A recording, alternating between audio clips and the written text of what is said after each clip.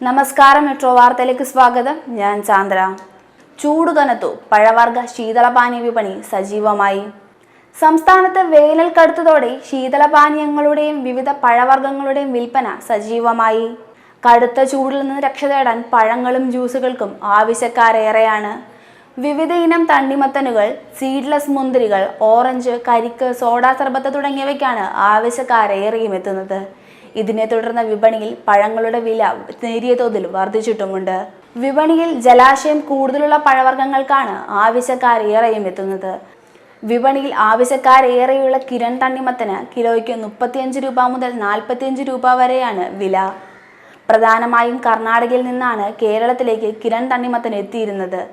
എന്നാൽ ഇത്തവണ മഴയിൽ കൃഷി നശിച്ചതോടെ മഹാരാഷ്ട്ര, ആന്ധ്ര എന്നിവിടങ്ങളിൽ നിന്നാണ് കൂടുതലായി തണ്ണിമത്തൻ എത്തിയത്.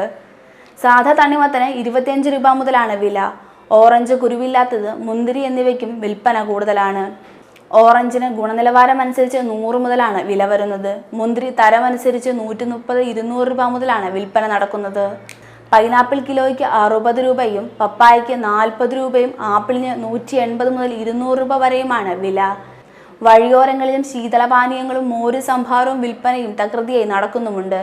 ഇതിനു പുറമെ കരിക്ക്, കരിമ്പിൻ ജ്യൂസ് എന്നിവയ്ക്കും ഡിമാൻഡ് വർദ്ധിച്ചിട്ടുണ്ട്. ഒരു ഗ്ലാസ് തണ്ണിമത്തൻ ജ്യൂസിന് 25 മുതൽ 35 രൂപ വരെയാണ് ഈടാക്കുന്നത്. കരിക്കിനാവട്ടെ 45 രൂപയാണ് നിരക്ക്. അന്യസംസ്ഥാന തൊഴിലാളികളടക്കം ഈ മേഖലയിൽ സജീവമാണ്.